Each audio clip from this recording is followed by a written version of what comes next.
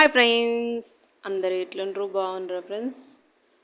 ఈ మధ్యలోనైతే ఫోకస్డ్గా ఫుల్ ఘోరంగా యూట్యూబ్ మొత్తం ఎక్కడ న్యూస్లు అయితే స్ప్రెడ్డింగ్ అయిపోతున్నాయి. ఎందుకంటే అసలు ఏ ఛానల్ ఏ విధంగా బిహేవ్ చేస్తుందో అందరు చూస్తుర్రు కదా.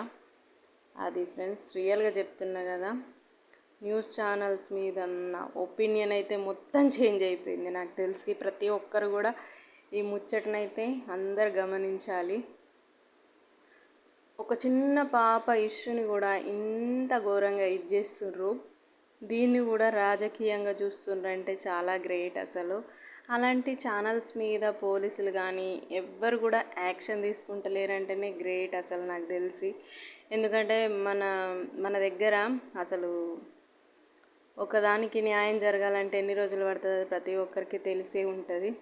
ఎందుకంటే ఎన్నో ఇష్యూస్ అసలు ఒక్క చిన్నపిల్లల్ని చంపే కాన్నుంచి భర్తలు చంపే కాన్నుంచి భర్తల్ని భార్యలు చంపేదాకా వచ్చింది అసలు. ఇంకా ముందు కూడా ఇంకెన్ని వింటామో అన్న భయం అవుతుంది.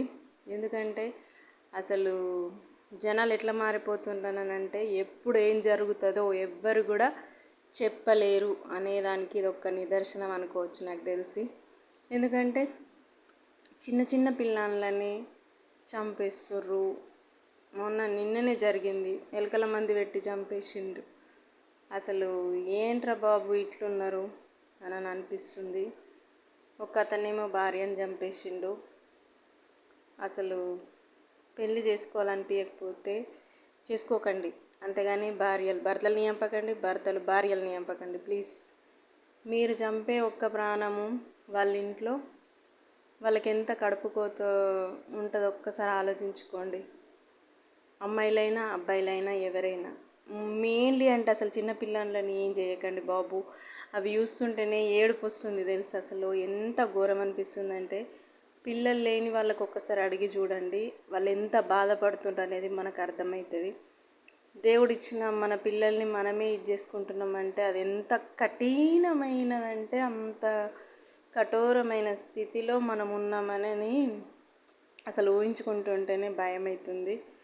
అసలు రియల్గా చెప్తున్నా కదా, ఇట్లా చేయడం కూడా మస్తు తప్పు నాకు తెలిసి. అసలు ఎందుకు చేస్తారో కూడా అర్థం అవ్వట్లేదు. యాక్చువల్గా అసలు ఇది కలియుగంలో ఏదైనా జరగచ్చు అనడానికి ఇదే నిదర్శనం. ఎందుకంటే ఇప్పుడు రీసెంట్గా మనకు ఫుల్ ఎండలు కొడుతున్నాయని చెప్పి ఇప్పుడు ప్రజెంట్ అయితే వర్షాలు కూడా పడాయి అని చెప్పేసి ఒక న్యూస్ అయితే స్ప్రెడ్ అవుతుంది.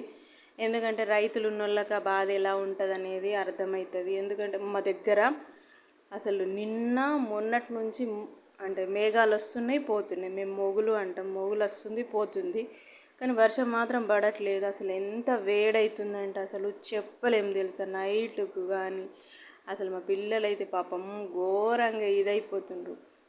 కూలర్ ఉన్న ఫ్యాన్ ఉన్న ఏం కూడా అసలు ఉపయోగం లేకుండా అయిపోతుంది సిచ్యువేషన్ అయితే. అంటే అంత పాపం చేసుకొని ఉన్నాం కాబట్టి ఇట్లాంటి సిచ్యువేషన్స్ అన్నీ ఫేస్ చేయాల్సి వస్తుంది.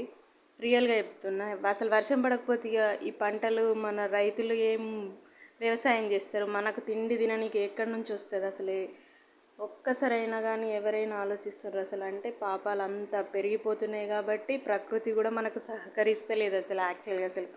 ఎందుకంటే చెట్లు ఉంటే చెట్లను కొట్టేస్తున్నాము. మళ్ళీ ప్లాస్టిక్ అయితే ప్రతి ఒక్కరి ఇళ్ళల్లో ప్లాస్టికే. ఏమేందో నేను చెప్తున్నాను, మా ఇంట్లో కూడా బొచ్చడు. మనం ఇయ్యొద్దు అంటే వాళ్ళు ఇవ్వకుండా ఊరుకుంటలేరు. Thank you for watching.